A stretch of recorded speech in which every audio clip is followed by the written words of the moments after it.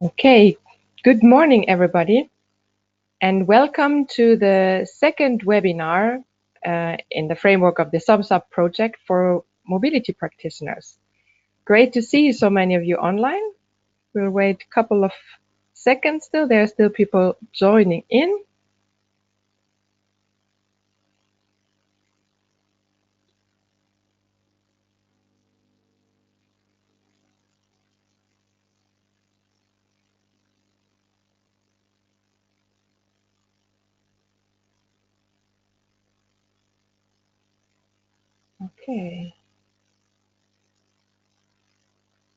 Okay, let's start. So one more time, welcome to this SUMPs-Up webinar, the second one in our series for mobility practitioners. And today with the very important topic of data collection for sustainable urban mobility plans. My name is Esther Kreutz. I work for the Union of the Baltic Cities, Sustainable City Commission. We're based in Finland. And together with my colleague, we work in the SUMPs-Up project and organize different learning activities for mobility practitioners. I'll tell you a bit more about that soon. I hope you can all see my screen. And I would like to start now with a few technical information to you. So most of you I see have dialed in with the computer. It's also possible to dial in with phone in case there are some technical problems or you have some connection issues. So it's also possible to dial in with phone. You should have gotten that information. You are all in listen-only mode for now, so everybody is muted. With that, we want to avoid a lot of background noise and yeah, just want to give the presenters to the chance to have their quietness, so to say, and ensure that everybody can participate with a good connection. So you're all muted as a default for now. You can, though, raise your hand. As you can see on the slide, there is a button where you can raise your hand. And even more important, there is the function to ask questions.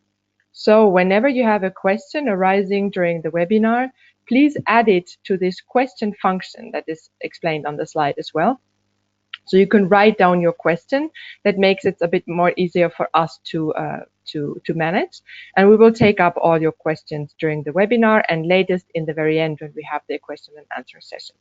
These can be questions to the project and to the learning activities that I'll be presenting. It can be also questions about the content for the presentations, of course. So add your questions there. Then we have a chat function also. If there are any other issues that you would like to get a bit quicker feedback, for example, we try to be quick, you can use the chat as well. We will have a few polls coming up during the webinar. That's something that we like to do to engage with you, to get a little bit more input about who you are and yeah, how your situation is with the topic.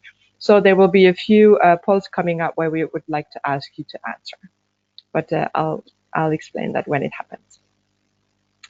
So today's webinar, this is our team for today.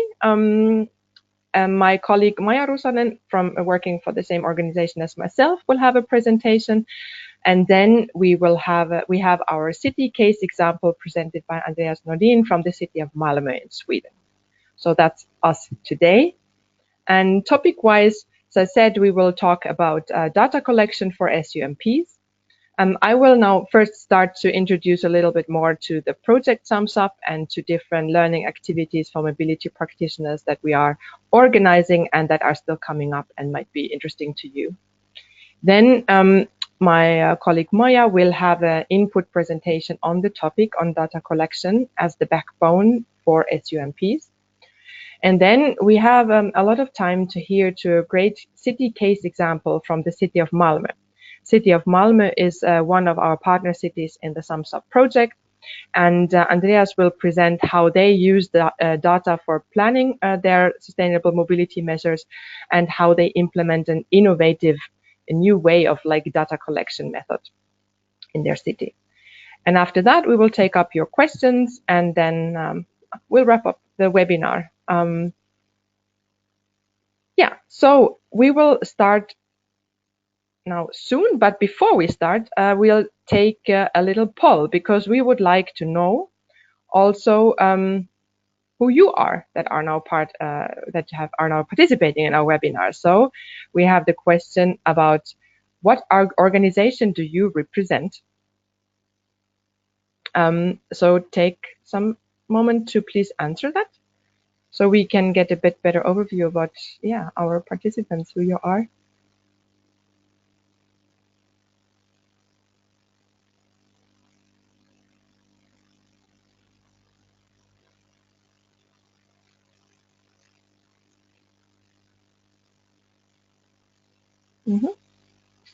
So I think we have stable numbers, so I will close this poll and share it with you.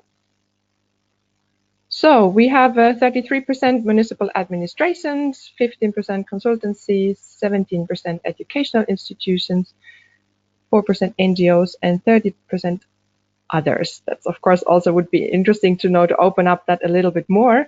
But this already gives us a good overview, a little bit like who are the persons now that found the webinar and are now participating. Thanks a lot. And now we come straight to the next one, because as our topic is our sustainable urban mobility plans, we of course would also like to know, of those of you who are representing cities or local authorities, what is the status of sustainable urban mobility plans in your municipality? So those of you who are working for a city, you could answer that as well. So either you don't have an SUMP at all, you are preparing the first one, you're implementing the first one, or you have already prepared two or more. That's also interesting for us to see.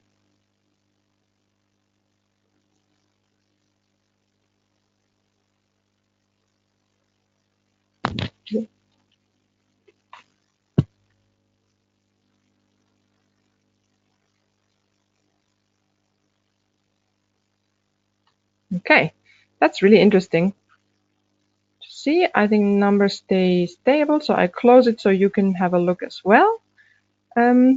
So we have actually the majority, or like 32%, that have prepared two or more SUMPs. So that's really interesting. And then otherwise quite a similar, distribution. Well, thanks a lot. That's interesting for us to know. Anyway, welcome to everybody. And now I would like to switch my presentation to the next one, and would like to introduce to you first a little bit about the project, in case you're not familiar with it yet, and about the different learning activities that we organize for mobility practitioners. So the SUMPs-Up project is a project within the Civitas initiative, and our aim is to mainstream the SUMP concept and to disseminate it and promote it throughout Europe for local authorities to embrace it as a strategic approach for their mobility planning. And we especially have a focus on those countries and areas where the take-up so far is quite low, but that in those areas where there's a high demand for sustainable mobility planning. The aim of the project is that we train around 100 cities very intensively, and then we organize capacity building for around 200 mobility practitioners. And that's one of the activities where you are right now. Perhaps you wonder, a mobility practitioner, like, what is that actually? That's something that we define for ourselves in the project, because the 100 cities that we train, what I just mentioned, so these are really local authorities that are targeted. And we also want to provide capacity building for individuals, for mobility practitioners, as we call them. So that's all of you, most likely, or I'm very sure that you all are mobility practitioners.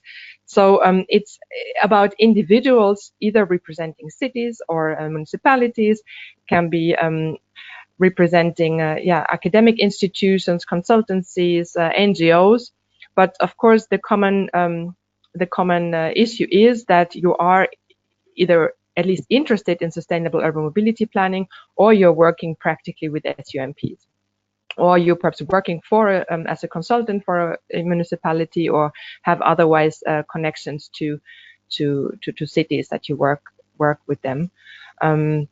Mobility practitioners for us also include civil servants or practitioners from like very related areas, like urban planners or architects, everybody who has something to do with this topic.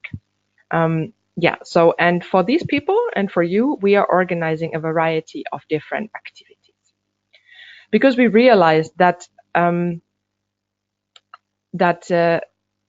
SUMP cycle and going through the cycle can be a challenge, or can it be? I think it is for many cities, and because there are many different ways how you can embrace the concept, how you can set up an SUMP.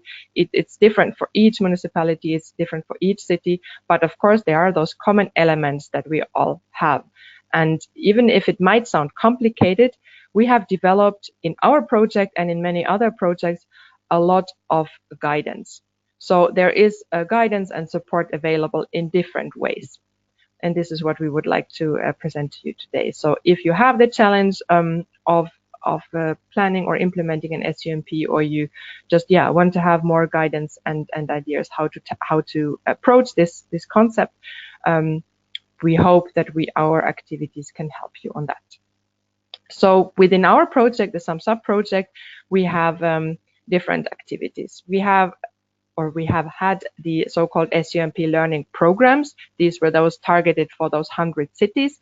And unfortunately, I cannot promote it anymore because those calls have been closed. So we are right now running, or we have now just selected the last 20 cities for our last program. The programs have been running 2018 and now this year 2019, and they were these kind of intensive learning programs.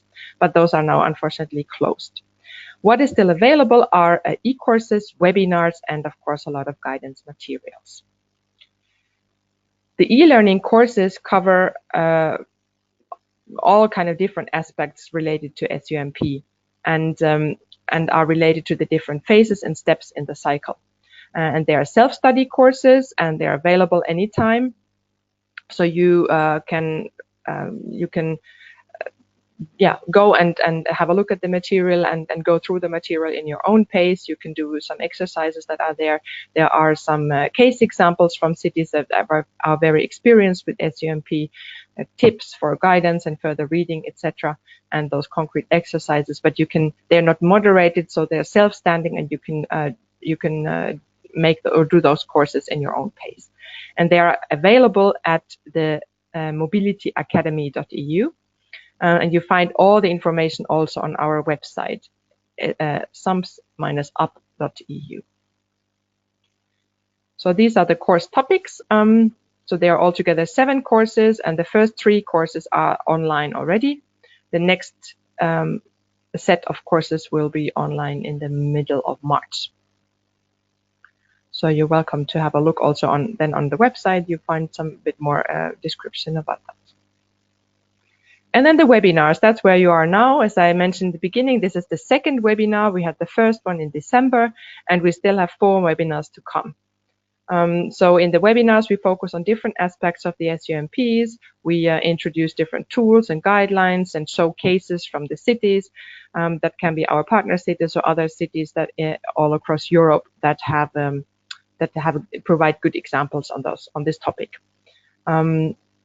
So we are now today, and the next webinar will actually take place in exactly a month about measure selection for SUMP. So you can already note that down if that's an interesting topic for you. Otherwise, please follow the website or our social media. There we always announce all the events regularly and well in time. Additionally to all the online activities, we also organize national workshops. We have organized already quite a number of them, but there are 2 left in case you are from those countries. We'll have still 1 workshop in Italy, in Rome, in June. That date will still be defined, and you will find the date as well on the website. And in Spain, in San Sebastian, on June 5th this year. So if you're interested in those those national workshops, which will be conducted in Italian and in Spanish, please follow the website for more information. There will be more information coming soon. So in those national workshops, we focus a bit more on like the national circumstances, and there are different examples from then Italian or Spanish cities sharing their experience.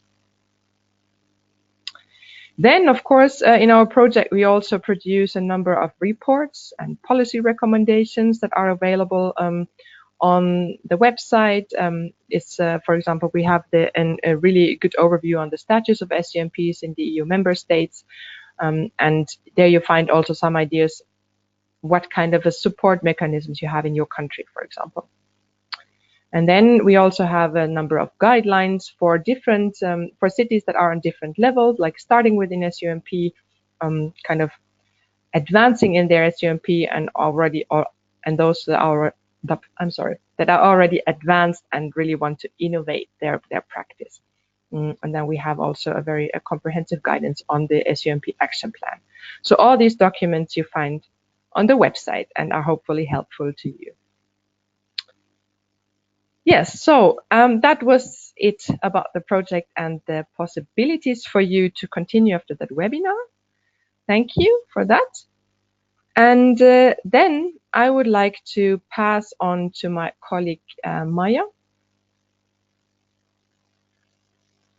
And her presentation. So, presenter. Yes. Hello, everybody. We'll just open up my presentation and the video camera as well. So good morning or good day, depending on your location. So my name is Maija Rusanen. I work as the project coordinator at Union of the Baltic Cities Sustainable Cities Commission. And I will tell you today a bit more about the data collection and also preparing broader analysis of the mobility situation as part of the overall SUMP process. And I hope that this SUMP cycle is familiar to all of you already now. It starts from preparing the self-analysis and checking what is the local context that you're working with and identifying different stakeholders. But today we will focus on the analysis of the mobility situation and especially then the data collection as well, which then helps to identify the problems and opportunities for your city. And as Esther said, there are as many ways to set up an SUMP as there are different cities. So, and the SUMP need to reflect the local needs, capacities, and the specific planning context. So then, therefore, you also have to really know the local mobility situation as well that help you then to set the targets for your own cities like SUMP. And in order to know where you want to go and how you will get there, you first also need to know where you're currently standing. And analyzing the mobility situation and developing scenarios for future mobility situation is really the last step in this phase that we call preparing well in the SUMP cycle. And this really provides a good basis for setting goals in a rational and transparent way for the planning. And then to understand better the local mobility situation, a thorough analysis is really needed on the problems and opportunities in the field of mobility and transport. And this is really important milestone because it feeds into the development of scenarios that then help to improve our understanding what mobility could look like in future and what will happen if some measures are taken or are not taken. But as part of the sorry, losing my voice, analysis of the mobility situation, it's also good to analyze the existing transport and also related strategies to really have a good picture of what is the current status and know your local context that you're working with. And then, of course, collect different kind of data with different methods than process data as well.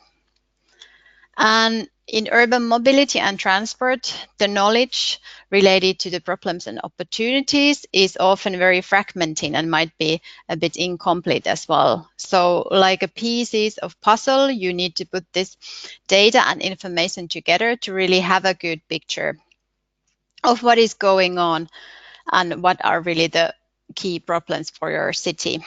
And you might need also collect data from different sources and maybe cooperate also with other organizations to get the data that you need. And of course, the analysis, when you do it should be as comprehensive as possible, but it also, of course, need to be manageable within the given resources. So if there is a lack of data or resources to then gather data to fill in the gaps, a more qualitative review can be also used. And this might be especially helpful for like smaller cities with a bit more scarce resources. And then, of course, the overall goal is to really create a coherent picture which describes what is going on and which problems are related to each other as well. And the SUMP guidelines propose some steps that you need to take when you prepare analysis of the mobility situation. So first is to identify and analyze the key planning documents and procedures and policies relevant to your local planning context. And it is important to have also good overview of the related strategies, because often problems related to urban transport planning are because of lack of coordination between different policies and authority levels that goes far beyond integration of the transport mode. For example, coordination with environmental protection, social inclusion, health and safety issues, and education as well. So it's important to know also the other strategies. Then the second step is to identify the data that is already available and assess the quality and accessibility of this data. And it's good to use really all the opportunities to get data. Would there be relevant data already available in some other sector, for example? Could you get it from some other organization or cooperation partner, or has there been like research done, or could you cooperate with universities or other research institutions, especially if you have scarce resources for the data collection itself. Then the next steps is then to retrieve the available data, synthesize the content, and then collect additional data to fill important gaps in your data. And for cities that have lack of sufficient data, still a minimum set of data of urban transport and mobility, and also as well on the other related areas that influence SUMP should be collected. But this then data set should be, of course, fitted into the local context to enable really an honest status analysis. And if sufficient data is not available, you can start what you have, but it's always good to prepare a plan how you plan to close the data gaps. And data can be collected with different means. For example, trends in the number of pedestrians can be counted by annual counts, or then household surveys and so on. But of course, the choice of the methods really depends what kind of resources do you have, also how big or small is the city, and then what kind of level of reliability of the data is required. Then fourth step is to choose the most appropriate indicators. For example, if the key objectives is to improve road safety, so then you of course need to have data on the number and severity of crashes, as an example. And then fifth step is to identify possible expected and unexpected events that might influence long-term decisions. For example, shortage of fossil fuels that then influences the planning of the whole mobility system. And then as the last step, together with the key stakeholders, it is also important to involve different stakeholders to prepare baseline analysis that really identifies and prioritizes the key problems that your city's SUMP should be addressed. And it is recommendable to have really the stages as quantified as possible, because then it's also later more easy to evaluate the progress. And there are some issues to take into account when planning to collect on data. And we will luckily hear a really good example from Malmö, how they are collecting data and using it later. But collecting reliable data is really essential to estimate demand for potential transport services. And it's very difficult to plan if the data is not reliable or if sufficient data is not available, because it then, of course, makes it difficult to prepare transport models that help to predict future problems and evaluate how effective different kind of interventions can be. Then, as you know, data can be collected with different types of methods, so it is good to consider whether additional methods are needed, what are already in place, would additional counts or surveys need to be implemented, or could you maybe use also crowdsourced data, possibly. But of course, it's always good to take into account the resources, what you have, and really what is the actual need. Then, as mentioned before, usually data related to transport and mobility can be found in different locations. So that also might require cooperating also with number of internal and external organizations. And what can cause sometimes problems for the cooperation is the confidential issue of the data. So these issues really need to be handled carefully to avoid any cooperation problems. And it is really important to tell why the data is required and what kind of benefits can be generated if the data can be then used. And of course, accurate how the data is collected and shared. And it is of course important also to get the permission from the partners to use the data, and really that they are willing to share also their data. And when collecting data, all modes of transport should be considered, including also pedestrian cycling trips, because otherwise there is a risk of ignoring short and non-motorized trips, which are also very important. Then in the end, there are some key recommendations that should be taken into account when preparing the mobility analysis and collecting data. So sustainable mobility data and information on current and future urban mobility is really critical when it comes to successful development of SUMP. And of course, it is good to pay attention to the quality of data, reliability and accuracy as well. And in the process, you need to be able to prepare the baseline, a mixture of qualitative and quantitative data as well. And maybe it is good to consider some new ways to collect data, but of course always make sure that you use the existing data at the highest level as possible. And also what should not be forgotten is how to really analyze and present the data, because this is also really important to consider how you present your findings also to the wider public to get really support to SUMP and the SUMP measures later. So also the public should understand what is really the situation.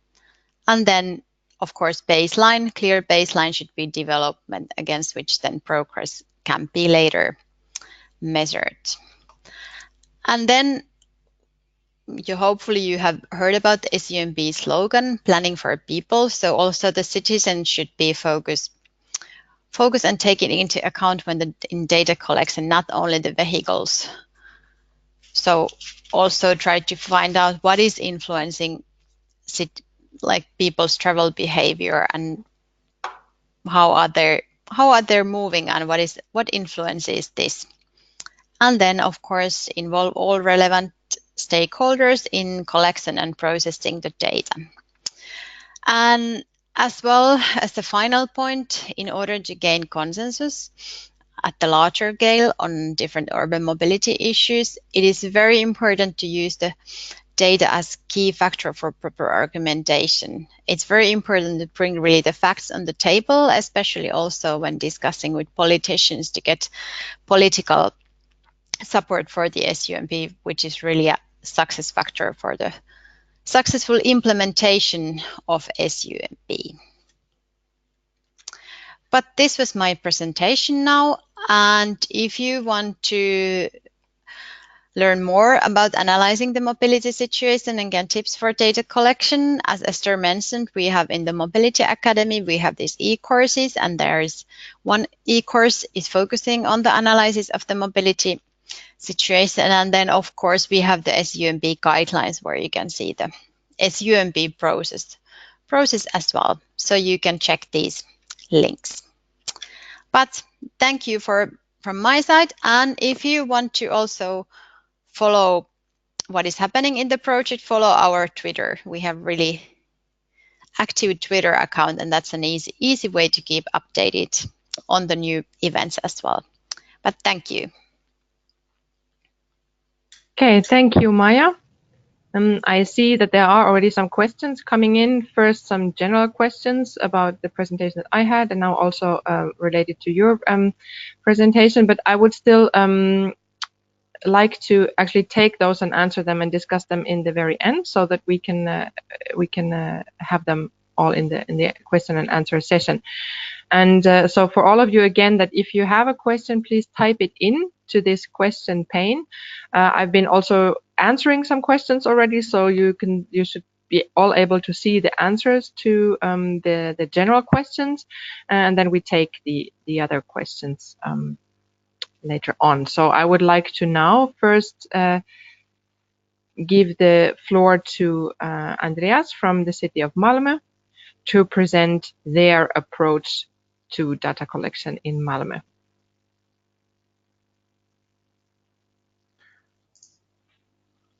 Yes, hello.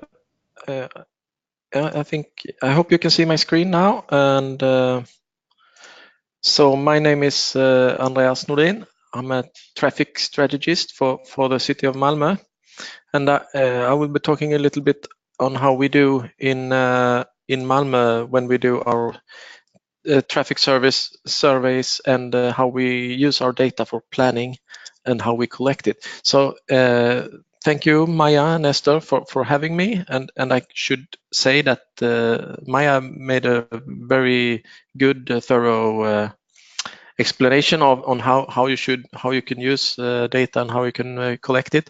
So this is just one example. So you can you can listen to this, and then but the theory is already laid out by Maya in a much, I think, maybe an easier, more structured way. But so I'll start talking about how we collect data, and then I'll talk a little bit how we use it as well, and you can come back with questions. So at first, Malmö it's a city in the south of Sweden. The red dot is Malmö, and it's just 20 minutes away from the capital of Denmark, Copenhagen, and not so far away from the rest of Europe. And a little bit about Malmö. Malmö is Sweden's third largest city. It's growing fast, and we have a lot of foreign-born, and as many languages are spoken here. It's about 320,000 inhabitants currently in Malmö.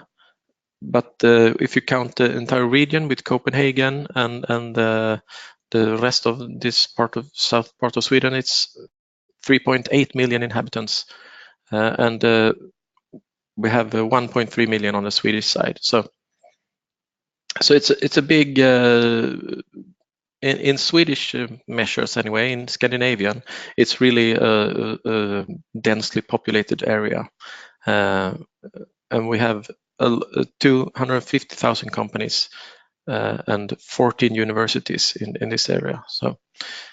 How do we plan traffic? How do we manage our traffic planning? So in the center of this graph is supposed to show the planning documents that we use as a foundation. So this is the SUMP is in the blue circle in the middle, and above that we have the comprehensive plan. That's the big picture for all planning that goes on in the city, and the SUMP is the translator that can translate the big strategic comprehensive plan into the more detailed pedestrian programs and the bicycles programs and so on, and the action plans for noise and air pollution. So this is how it all fits together. And why I'm here today and why this webinar is arranged. It's a part of this SUMPs-Up that we are, as Esther mentioned, we are one of the cities, participating cities, and we have in that SUMPs-Up we have 3 commitments, and that I will talk about a little bit later in the presentation.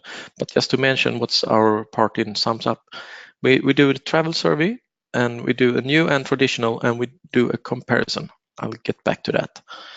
We do a computer model and analysis, and we do this a new way. We try to make it target based. I will talk a little bit about that. This is really interesting, but I'm not the technical expert on this, so it's hard for me to go into the details, but I'll get back to it as well. And then we do a police SUMP, a mobility plan for Malmö and the 11 municipalities around closest to Malmö.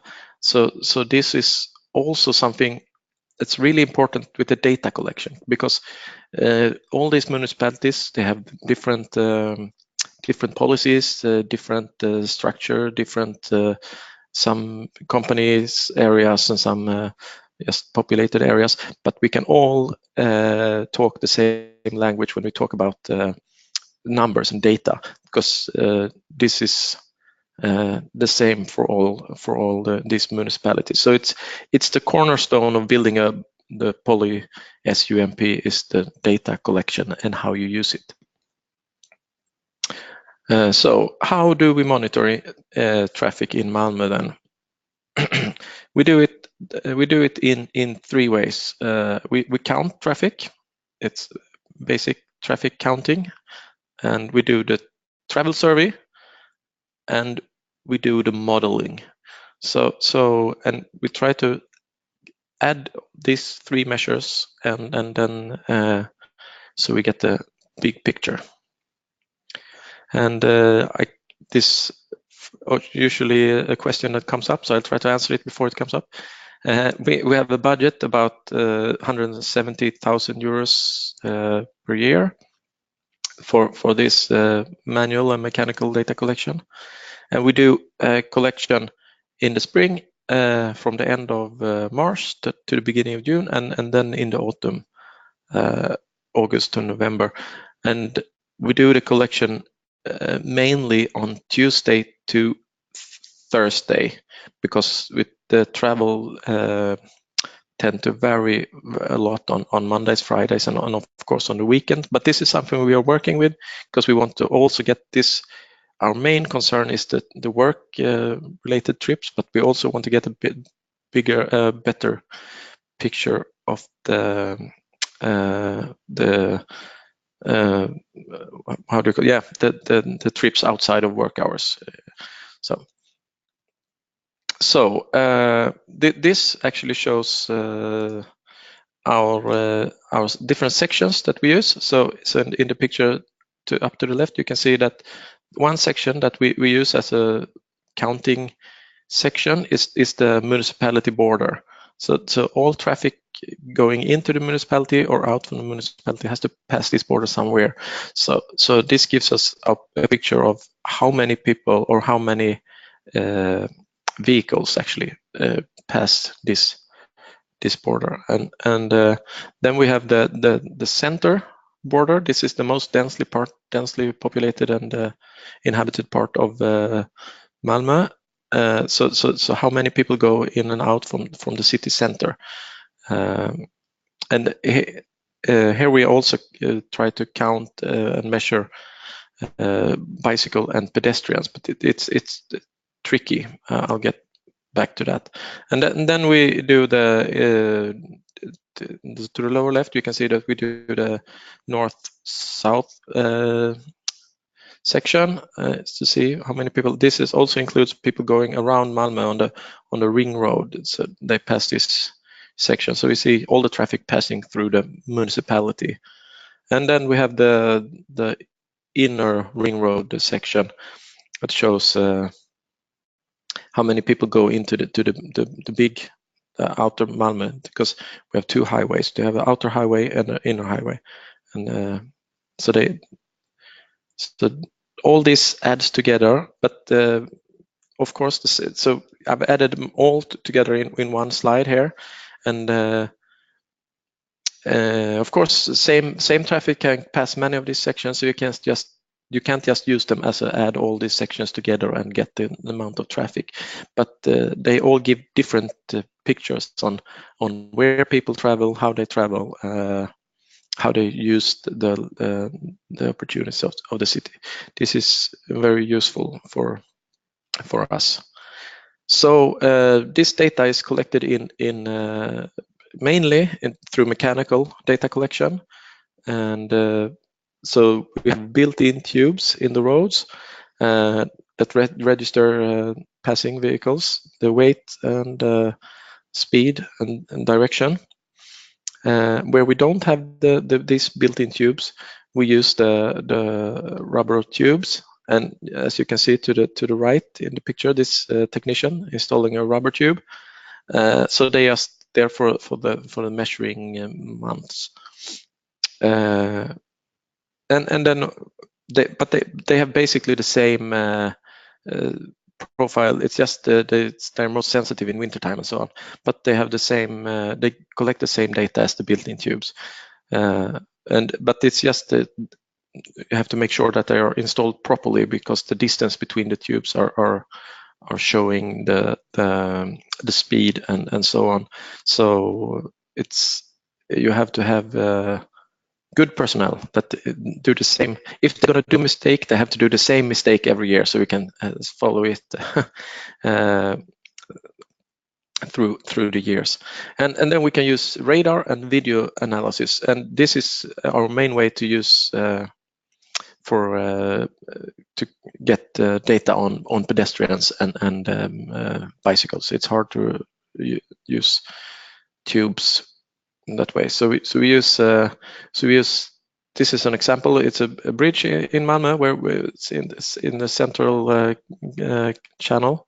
So we have cameras, and they show different angles, and then they compare the data to each other through a computer, and then we get the output of the pedestrians and the bicycle. So it is smart cameras. The main problem with this is with the law about the GDPR, the personal data. We cannot have data that's identifiable. So the picture on the right here, we don't really get that picture. We can just the computer translate it to raw numbers. So we cannot get the actual filming for this purpose. But we managed to get unidentified data from it, but it's something we're working on to improve this all the time. And the problem with this is also that we need some kind of verification, because all this computer processing just gives us raw data. We want to make sure that this is correct. So then we, as a supplement, we use manual collection of data. And this is really something you need to have reliable personnel, but also it's of course very expensive to have a lot of personnel running around the city. So here we have we try to make the most use of the most reliable persons in the city, and we use the retired people mainly, and some students as well, because they often glad to do some extra work, and on a nice day like this, it can be quite nice to enjoy the weather and count traffic. So the device used is, you can see to the right, is just an easy device. They just push the button of the vehicle passing, and then so we do this at some control points just to verify the computer generated analysis. And then this is something really important for us, and that we do every 5 years. We do a big travel survey, the entire south part of Sweden here, Skåne or Scania it's called. And so Malmö is the main target and the main goal for all these travels and starting points and or ending points of most travels. And this is a really good input for our infrastructural investment in the entire region, and it's really good for us to monitor this change over time, not only Malmö but the entire of the region, and of course over to Denmark. And so we made it last year, and the year before that was 2013. The problem is that it's so much data, it's being processed, so we haven't received the data or the result yet from the survey being made last autumn. So we are waiting for it, and they're expecting it in a few weeks. So it's really exciting, but I'll get back to that, because this is something we've done a new take on. So how is it done then? This survey every 5 years. It's a question. We have the survey, and we ask the people participating to answer a question about the background and mode of transportation, and they make a travel diary. You can choose to make it as a postal survey. You get the form sent home to you, or you can do the web-based, just fill it out online. And then we send them 2 reminders. So it's first we send a postcard, and then we send the entire survey out again. So hopefully we get a good response rate. So actually I haven't gotten the response rate from 2018, but the 2013 we have the same selection now. I could say we have ages 15 to 84, and in 2013 it was 70,000 person in Skåne and 12,000 of those persons in Malmö, and we've actually increased that by I think 10%, something like that, the selection, and it's an unbound random selection. And in 2013, the number of answers were 25,000, almost 26,000, and we did an extra selection in Malmö. So actually, this has been proven popular because we got such good data from this extra selection. So a lot of smaller cities have also done an extra selection on this take 2018. And this results in 2 databases. One that we have all the answers from the preconditions, and then one database about the travels made. And what's really exciting for us now, and hopefully we're holding thumbs for this to be good, is that we made this travel survey by app as well in 2018.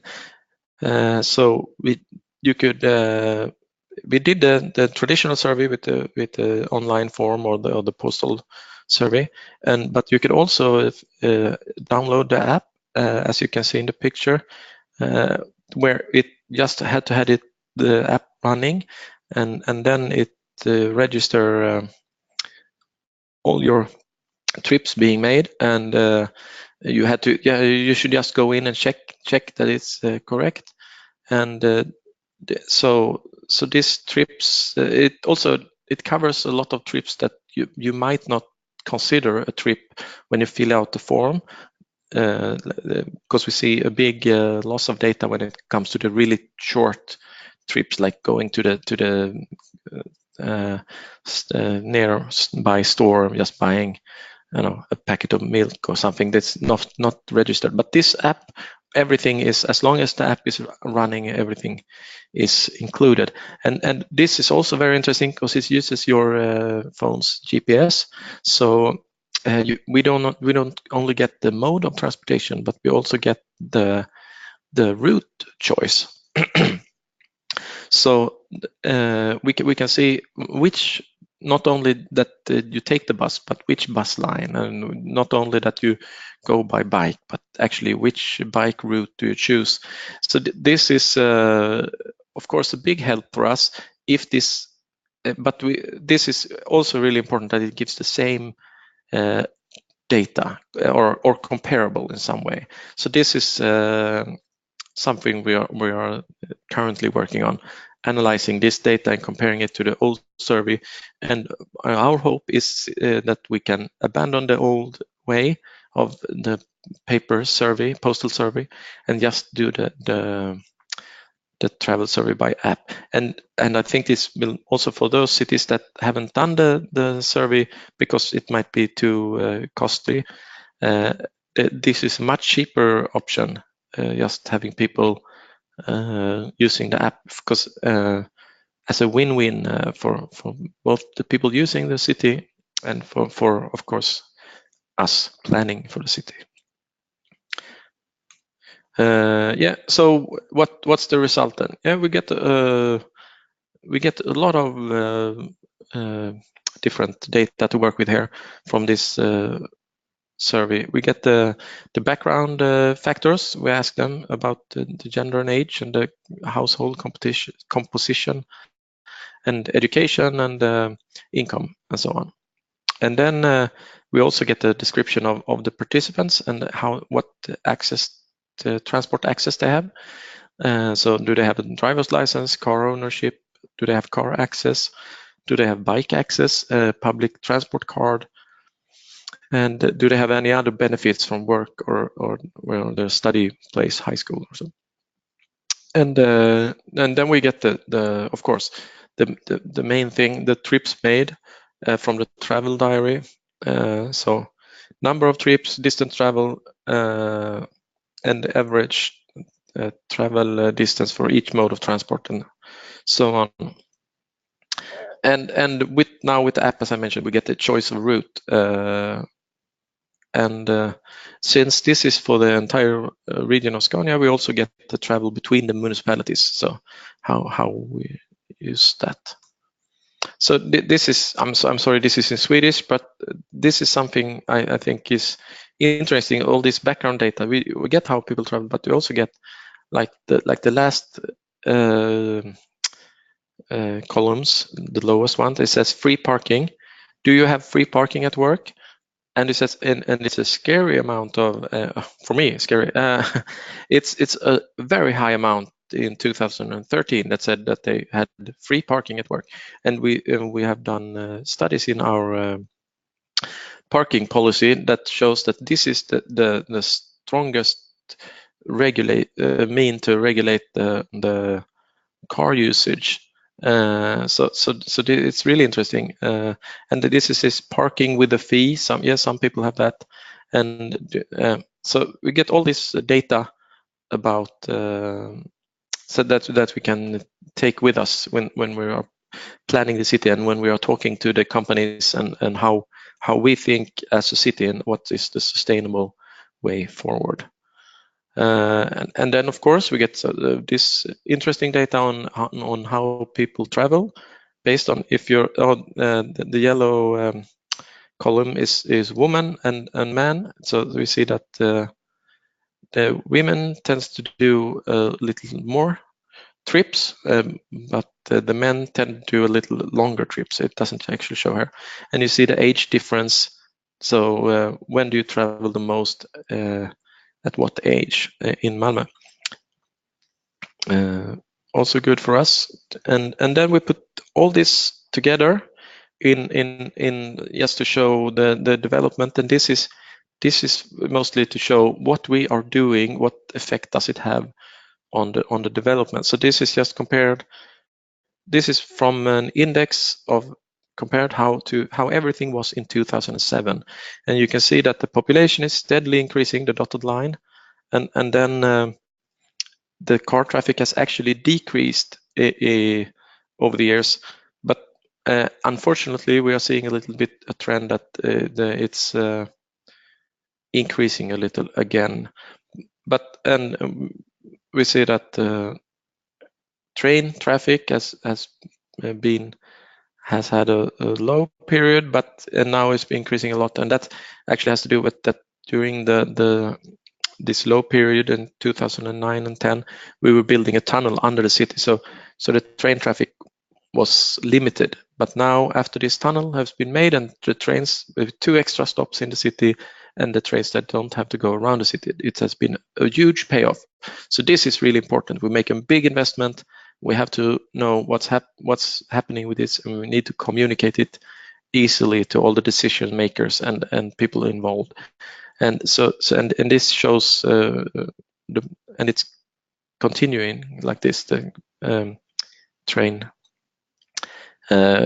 commuting and so on, and we see the same for bicycles and buses, and yeah, so we can pick out for every different mean of transportation, and you can see for cars, we've been measuring car traffic since 1975. We thought this was the big issue, the cars, or this was not important, but we realized in 2003 we started counting bike traffic as well. So yeah, I think don't underestimate the effect of bike traffic and pedestrian traffic. So it's important to have all the bigger picture. And why I haven't included public transport here is because this is a lot of the data from public transport we get, or most data I should say, is from the public transport provider.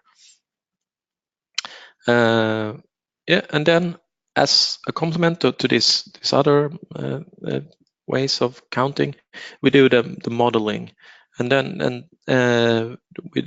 this is big computer model with the city divided into 350 something areas that all generate traffic depending on how many people living in them, and then we can see depending on what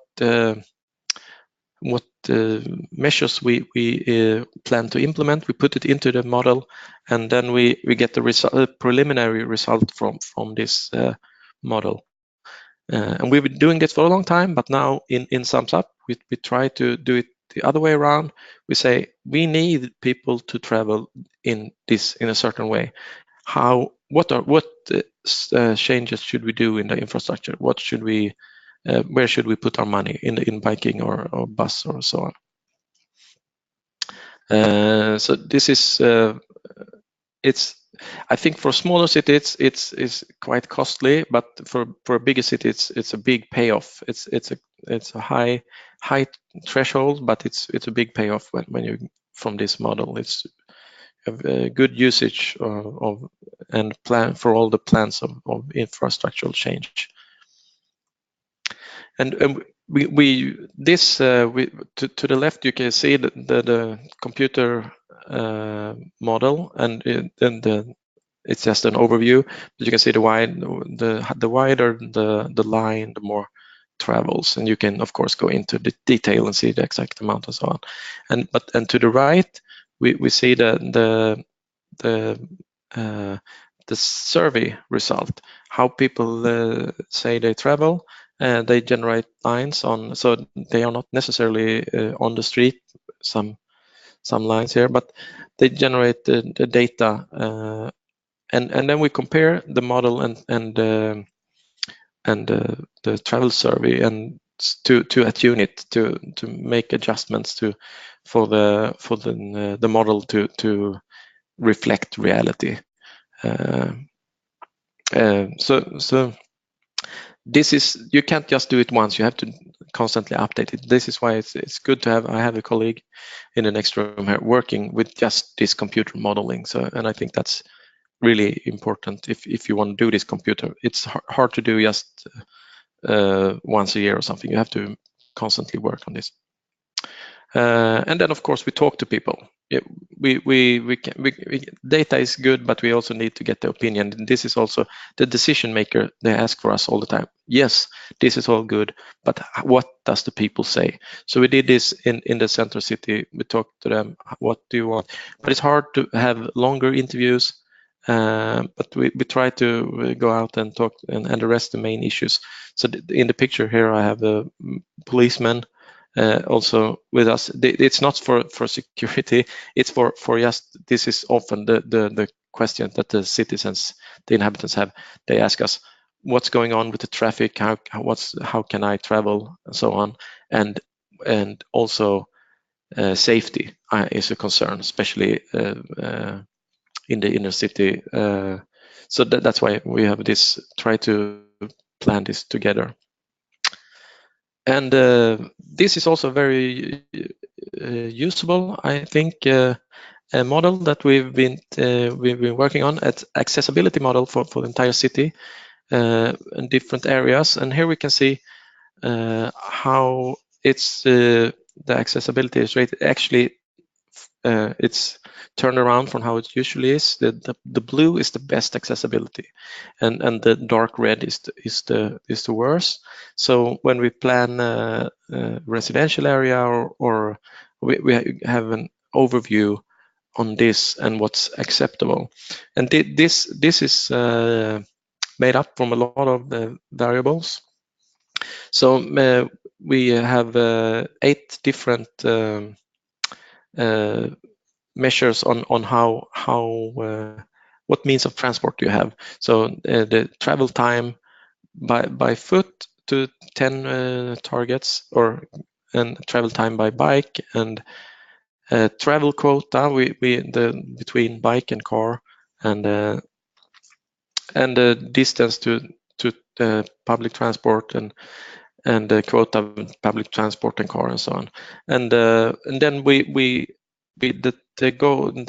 because we asked people, or actually we did this in the survey, but we also have from a partnership with the university, we looked where they looked at what's most important for people living in south of Sweden.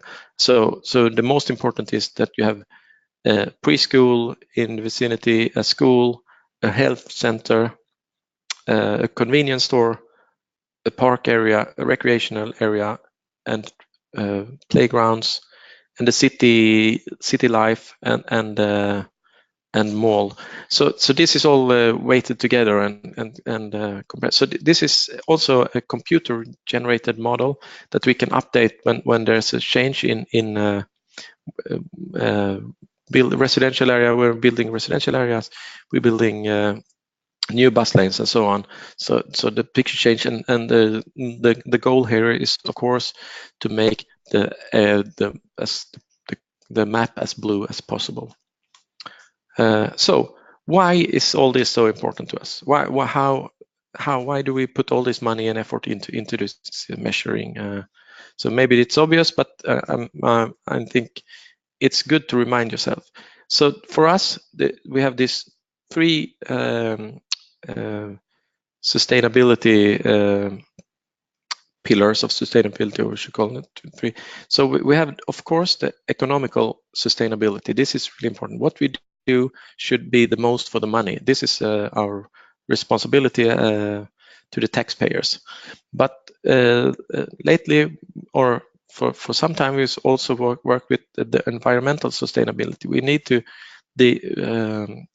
take care of the environment and make the living environment as good as possible, and to able to know what effect does it, the things we do, what effect do they have, we need to measure. And then social sustainability, and it has a lot.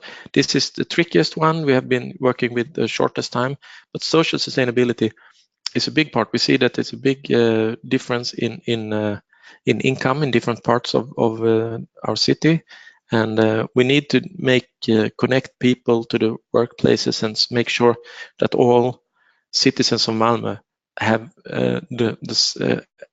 as good service and good accessibility as possible. And we can see that we have, from this goal-oriented planning, we in 2013 we had this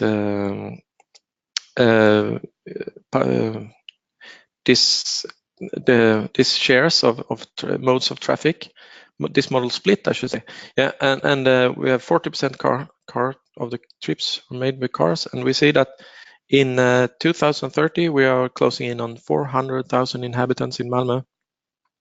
And for Malmö to still be a sustainable city and not sprawl, we need to reduce the amount of car traffic to 30%.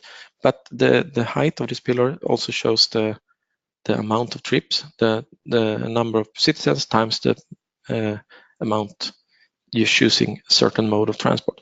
So you see it's the same amount of car trips, even though we have almost 100,000 new inhabitants. So this is, of course, a challenge, and that's why we need to monitor what we do, what have the most effect. And to make this visible, we divided the city into 15 different areas. So we have different targets for all these areas, because of course it's not the same in the city center. We have really good accessibility to a lot of service, and we have really good public transport and so on. And it's easy to go and walk and bike everywhere. But if you live outside of Malmö, in the outskirts, then it's harder to have good accessibility. So we need to have different goals for different parts of the city. So this is just so many numbers, but it just shows that different, like the city center, we have a target of, we want 15% is the top row.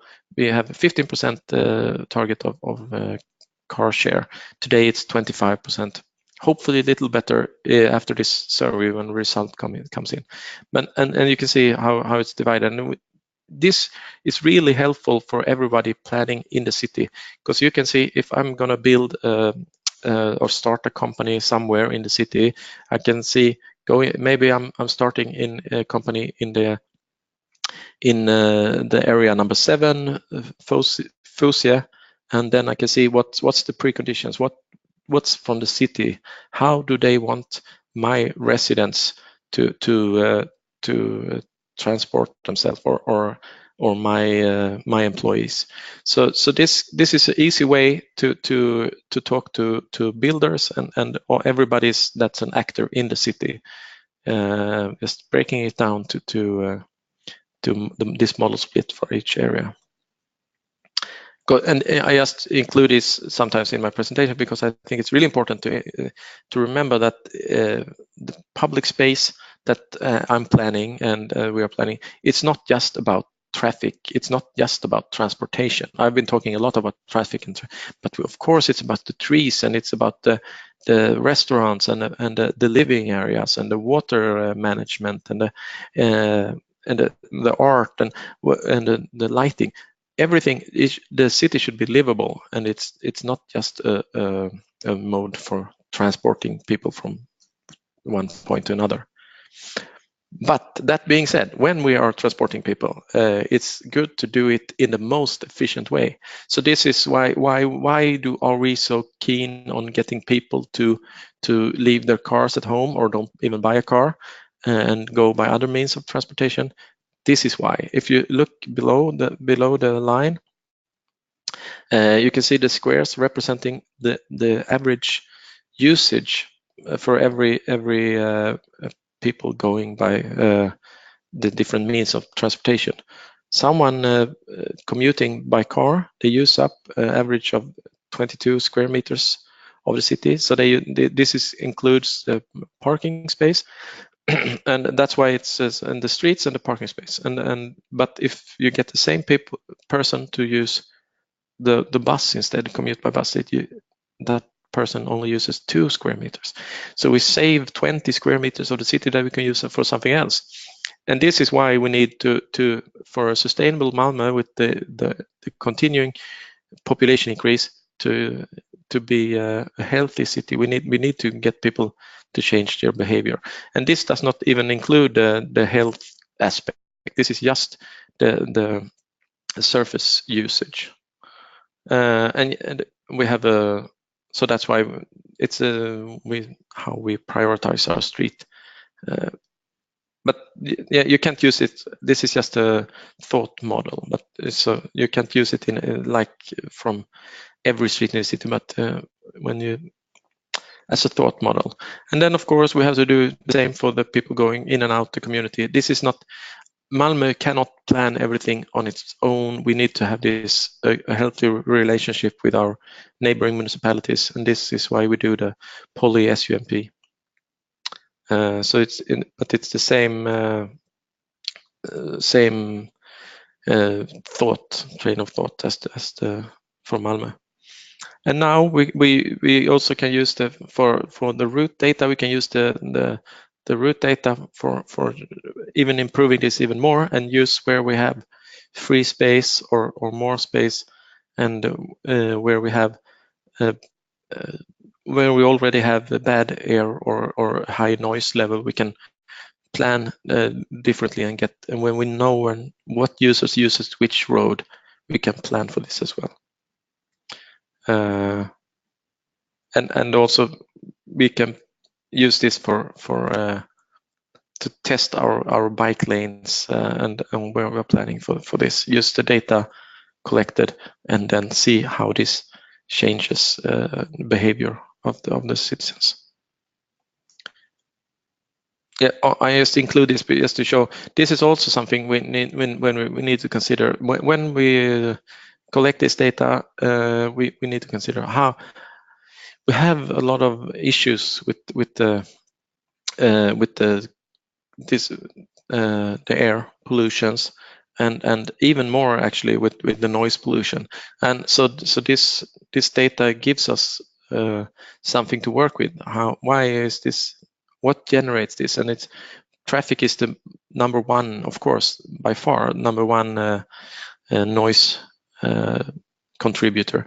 So we need to work with this. Of course, there's other measures than reducing traffic, but we need to have this in mind when we are talking about traffic. And I just want a quick overview how we've changed. So I think I want to add as soon as possible the 2018 sphere as well. But we did from 2003 to 2008. We did a big, massive change from getting people to use less the car for less trips and but since then the change has been a little slower, because when we do big a push in public transport, we see that a lot we get a lot of pedestrians and bicycles users to use the public transport instead of the car users. But we also think that this is something that will change over time, and it's very exciting to have this survey that can give you an answer to what you already presume, but you might not. It might not be what we think.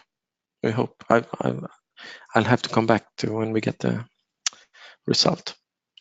And then you can get other interesting data for us in Malmö. This was it's a very big change.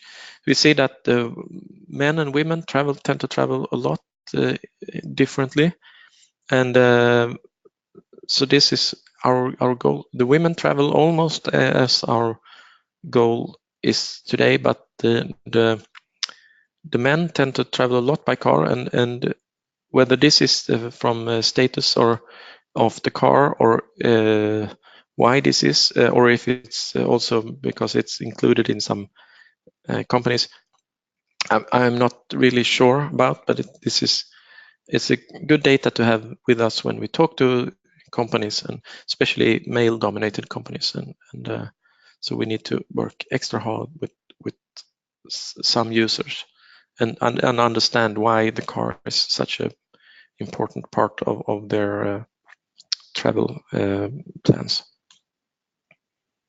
So just to conclude, so this is the opportunities that we try to change from car usage of 40% to car usage of 30%, while increasing the bike and public transport usage.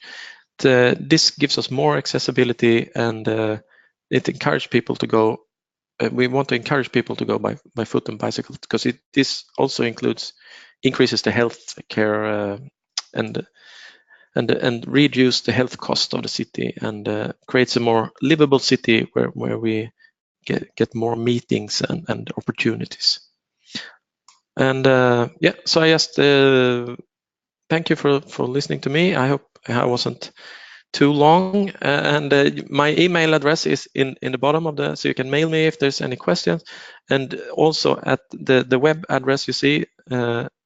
Tromp is actually Swedish translation of SUMP. You can find our SUMP in English. Thank you very much. Thank you, Andreas. Please stay with us a little bit with both your picture and your presentation. So if there have been some specific questions, because there are a lot of questions. A lot of questions came up, and we tried to go through most of them. I'm just saying this already now, in case we cannot do all of the questions, or we cannot answer all the questions in the framework or in the time frame of this webinar, we can answer them in written form as possible, or then Andreas can give some info as well, and then we can provide them to you with the wrap-up email. And I would like to say that as well. So you will receive a link to a place where you find the recording and the presentations, and then also you receive the answers on the questions in a written form, and also those that we don't manage to answer now, perhaps. There were several questions for like a more general ones. So if you are more interested about the other activities, please check the SUMPs-Up website and follow our social media channels. The e-courses will be online at least until the end of the project next year. So all the information about the other learning activities you find on the website. And otherwise, contact us. There's also a help desk email address in our presentations and on the website that you can get in contact with us. We have answered a couple of questions already in written form in this question pane, at least those that we could answer about Maya and me. But now I would like to go to the questions that came now specifically to you, Andreas. And then let's see how far we get. I think some are a bit faster to answer, some might need some more explanation, or just a reference to some other information. So one question that came up first was like, what is the difference for you between an action plan and a program? The programs is more a strategic document that outlines how are we going to plan, and then it doesn't have a set budget. The action plan has a budget and a number of measures that we are going to do. So yeah, the quick answer. Program, yeah. Okay, I hope that answered that question. Then there's a question about has come, I think, also last time when you had the presentation about if you pay the older people and students for the data collection, or do they volunteer, and if you pay them, how much do you pay? I'm sorry, I don't have. We pay them, yes, we do, but it's I would say minimum wage. It's a low cost. You can't live of it. It's just it's an extra income. Just I'm sorry, I don't have the numbers for it, but we pay them something. Yeah. But I guess we can. So it's not only volunteering, so they get something for it. Yeah. Yeah. Okay. And then there's the question: if are people available to make a travel diary? I guess it means that. So are there people volunteering to have this travel diary?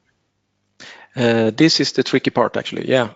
So people are volunteering, but it's as you could see, we had 37% actually answering, and this was after this a reminder and so on. So this is hard with the app. We used to get them to use the phone and the app. We gave them what you call a power bank, so you get something from just like a goodie. But otherwise, we try to. This is hard, but we try to encourage them just by making to them to show with a minimum effort just to help us plan the city, and it's working okay. Okay. I don't know if you mentioned it on your presentation, but the question came up, and I also don't remember now. It's like, did you have what is the answer rate to the survey that you have, like in general? There was 37%, so we hope so it's about 35, 37 has that's what it's been. So okay, yeah, so this 37%. Next question was like, have you tried targeted travel surveys, like based on certain demographic factors or car ownership or something like that, like more targeted surveys? Yeah, we do it on also in areas. So we have tried and we target also and car users, but this is more difficult because we don't want to pinpoint people. We don't want to make people feel uncomfortable about their choices. So we usually just do it in campaigns, in mobility management campaigns. We target certain, but then we add like a little more easygoing element, like we do this. How short is your most ridiculous car travel? In that manner, usually, because it's hard to target. We don't want to. If we make people feel uncomfortable, they don't want to participate, of course. Of course, yeah. Well, but that's a good way to still also get the information and target them in a different way. Then there's a question that's something that also came to my mind. Actually, when talking about the app, because I think using apps in data collection is right now it's a very common thing, or there's many cities that develop apps, etc. But have you thought about the target group for the apps? Like there's the question, don't you lose certain social groups, for example, elderly people? Yes, yeah, we do. That's why it's so important, this comparison. That's why we have to probably, I don't know, but probably we have to do next time as well. Next in 5 years as well, we do the double survey. We do both the app and the traditional, because as expected, we lose a lot of elderly people, and because otherwise this is the most easy. When you do the postal survey, this is the most easy group to target, the elderly people. They tend to be willing to share their point of view on and write this travel diary. So yes, it's true. It's a problem. We need to overcome this. Yeah. Or at least like having it in mind always. There's something some groups might be missing. Then the next question was also about the app. Did your organization develop the app for the survey 2018? Is it available for other regions? Yeah, I'm sorry. I would like to say yes, but no, we didn't. There was a consultancy that they because it's this is too expensive for us to develop, and you need to update it. It's a lot of cost. So the consultants, see, they can sell it to us and of course other users as well. But the good thing about that is that we have a little competition about it. So I mean, you can, if someone develops a better app, we can use that next time. So I think that's the best for cities and municipalities, actually, to let the consultancies develop the app. And if the person who was asking this, I mean, if you're interested in this, I think it's still possible to look more into that app and perhaps also get in contact if you want to know now specifically about that app or about the consultancy that made this app. The next question, well, that I think was answered now, about if you used any incentives for motivating people to engage and participate in the travel diary survey. So you said they got some small goodies, or like the power bank and stuff like that. So yeah, I think that's really a way how it's mostly done in cities, that you kind of, yeah, have to think about like what would be something, yeah, perhaps something, except paying them for something, of course, like something to engage people into that.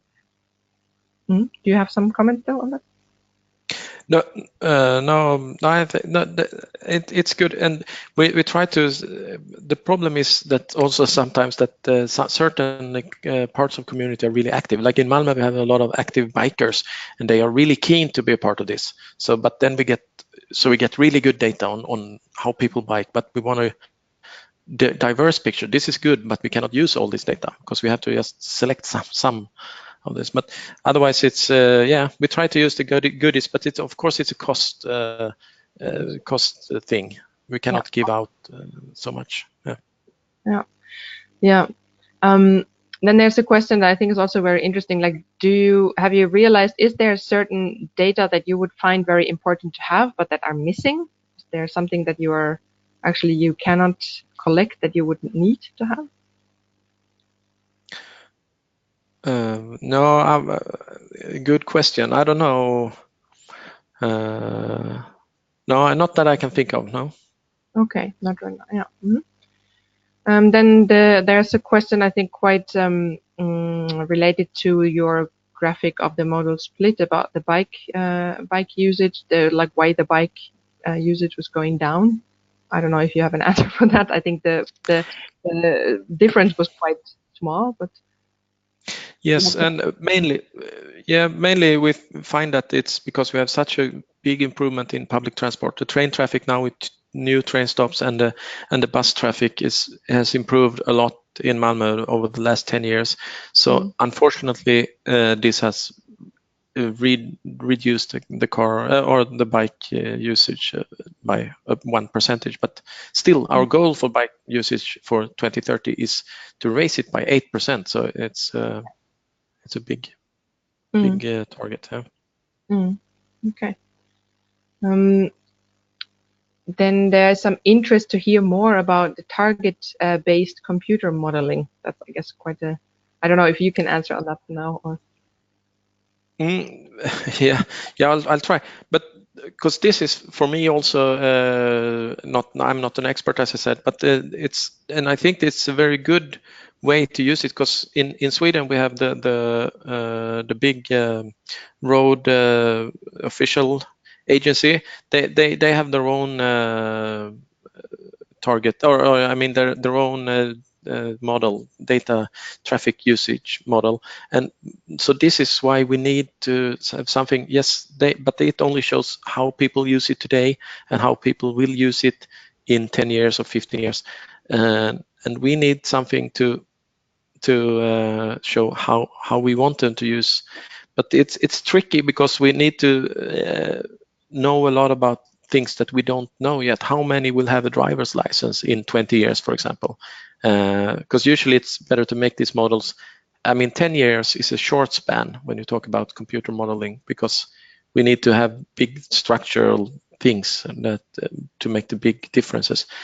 So it's tricky, but and I'm not sure how to answer it. We try to give our picture of it to the SUMPs-Up, but we haven't really made the final evaluation yet on this.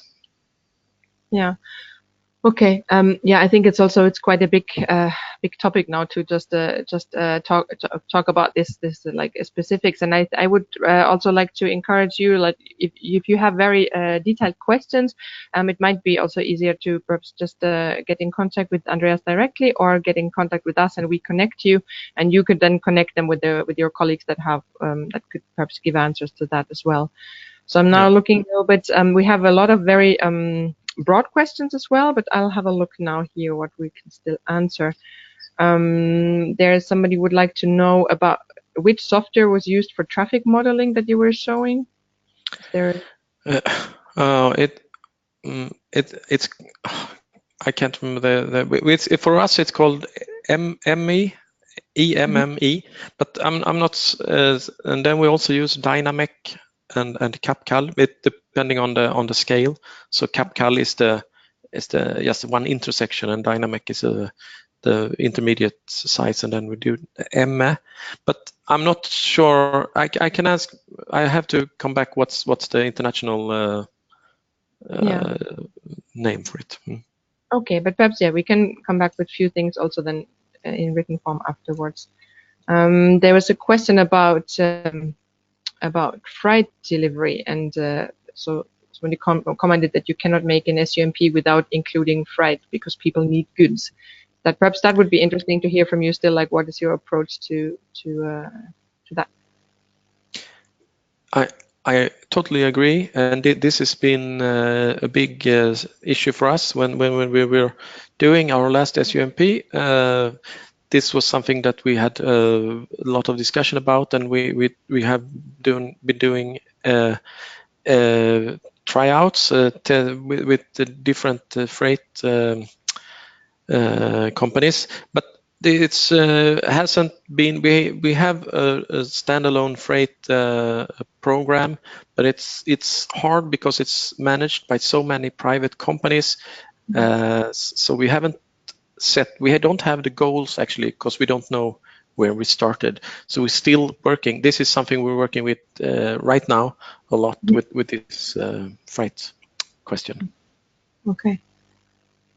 Yeah, there are still a lot of questions actually, and I would like to pick out now one last one before we end the webinar. Yeah, there's the question about in which department in Malmö municipality do you develop the SUMP, or are there several departments working together?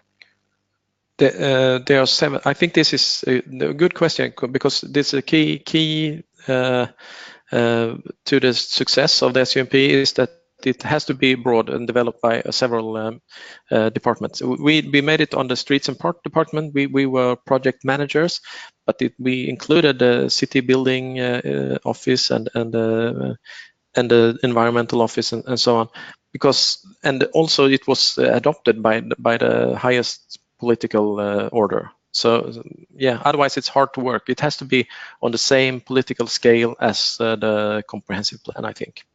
Yeah. In the end, for have to have effect. Yeah, and I think that's a good ending. Also, again, like also a bit summarizing up like what the SUMP is about. It's a lot. It's one of the core issues is about the cooperation and within the city administration to actually make it work and to see that it has effect. We have still a lot of questions open. I would now propose that we have them saved. We take them. We will get back with Andreas to perhaps see if you can provide us with a few questions or like answer them in a written form, and then we will include all these questions and answers to the wrap-up email that you will receive, and we will upload it with all the other material, as I said, because I don't want to now exceed the time too much so we don't lose all the participants. First of all, thank you, Andreas, very much one more time for this really comprehensive presentation and all your input and all your answers. I would like to now still do a short poll in the end, which are interesting for us because, as I mentioned, we will have some more webinars coming up. So we would like to know what kind of webinar topics are you interested in. So please take a moment to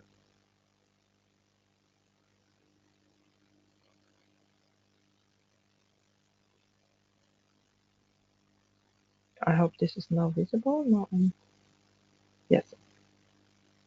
Okay.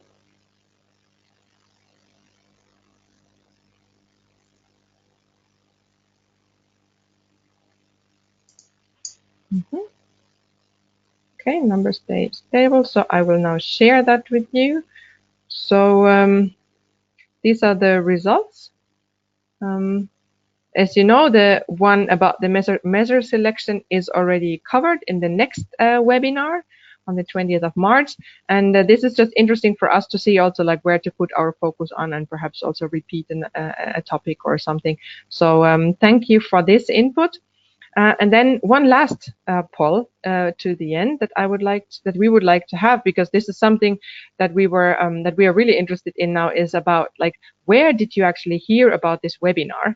Because we had we're really happy to receive so many registrations, so many participants. So it would be really interesting to know. So where did you hear about the webinar? Or if you want to comment that otherwise still in the question section, that's also possible. It's really interesting for us to see.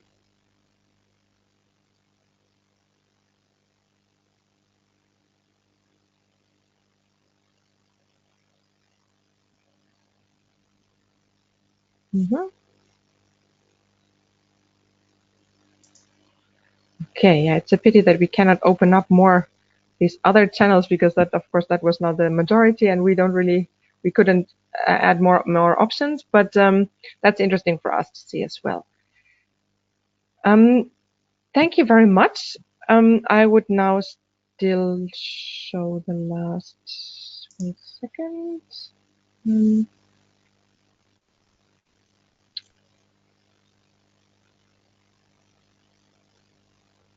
Yeah, show the last slide just for you to remember what I mentioned. What I mentioned before. The 3 e-courses are available at the mobilityacademy.eu, so please have a look there. Check our website, and then the next webinar for your calendars, if you're interested, is about the measure selection for SUMP in about a month, same time, March 20th at 10 o'clock Central European Time.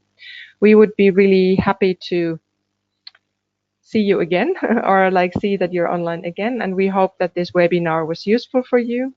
You're really welcome to give us some feedback, and you will receive, as I said, the wrap-up email, and there will be also a link for a short evaluation, because that's really important for us to develop our work and to offer this support and guidance to you and cities across Europe. And now we even had participants from outside of Europe, which is really great to see, to offer this support that is needed. Yeah, thank you very much, and have a nice day, everybody. Goodbye.